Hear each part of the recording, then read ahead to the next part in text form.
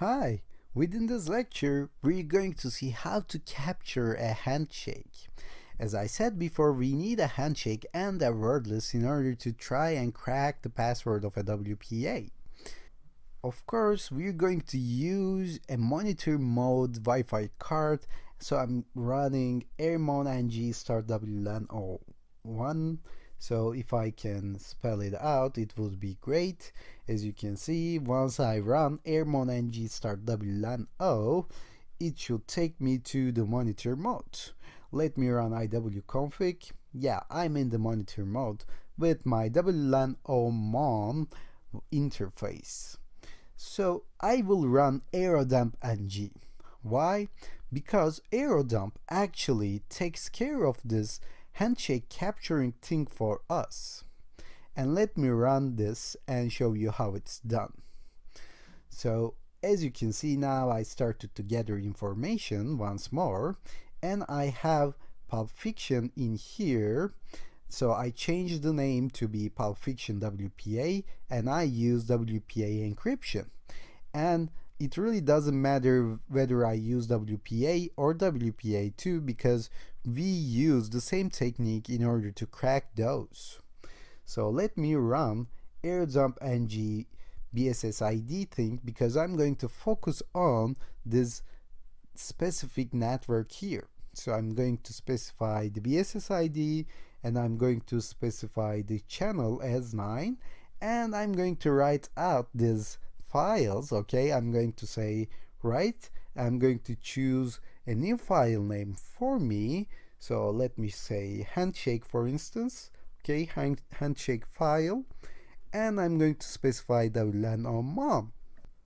And once I hit enter, it starts capturing packets from this specific network. Now I see the clients connected to that network, and I have everything going on.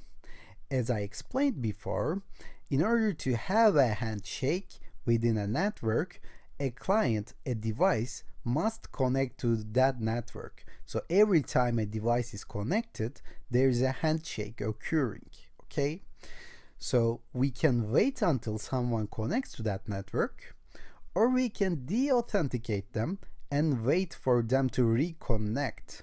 If we use a very low de-authentication packet, the client wouldn't even know. So they will get deconnected for a second, and they won't understand something going on in background, and we would capture those handshakes.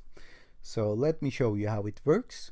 If I run a new terminal from here, and just if I can choose a one station and de-authenticate it, then I can get my handshake as I want to. So you know how to de-authenticate, right? So maybe you can stop here and do it on your own. Pause the video and try to do it on your own. I hope you managed to get it. You have to run airplay-ng and then say --d-auth. And for packets, we used 10,000 before, but now I'm going to use something like 5 or 10. And we will just send 5 or 10 d-auth packets, and the client wouldn't even know. Okay? So maybe you remember the rest of the command. You have to specify the MAC address of the router, and we use -a to do that.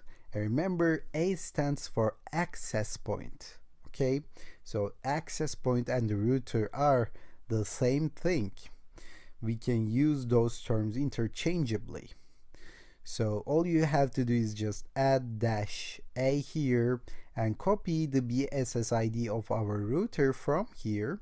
Say double right click and copy, and right click and paste it in here. Then we have to specify which client that we are targeting, and let me just get the first one as an example and say -c to paste this. And then finally I have to specify my WLAN on my interface here and hit enter. As you can see, now I have sent those packets and we got the handshake.